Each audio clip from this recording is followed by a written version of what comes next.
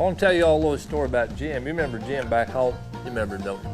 One time Jim called me on Saturday evening and he said, hey, Kelly, he said, let's go get drunk.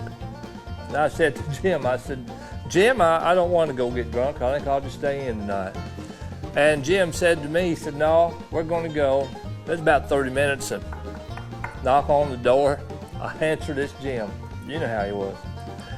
He come up and he said, come on, we're going to get drunk. I said, Jim, listen, I started going to church. I don't get drunk no more. That's been about 25 years ago. He said, you going to church? I said, yeah. He said, well, would you drive me to get drunk? And I thought, well, I guess I could drive Jim. I said, yeah, I'll have a Dr. Some Pop or something and we'll go. And, you know, so I drove him down to Frog Holler. He went in. He got pretty wound up.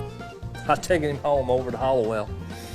And Ruby said about 1 o'clock, that's the end of it, boys, you gotta leave. We left. I'm taking him home and he got sick. Got sicker than a dog, man. Had to open the door and I said, Jim, don't throw up my truck. And he was all over, man. I had to pull over and he was sick. And it just kept going. And I was like, man, you okay? And I walked around the truck and he said, no, I didn't eat anything for supper. He said, I'm just sicker than a dog. So, I said, man, I need to take you to the hospital. He said, no.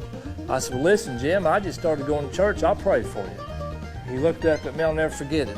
He said, okay, but don't tell him I'm drinking.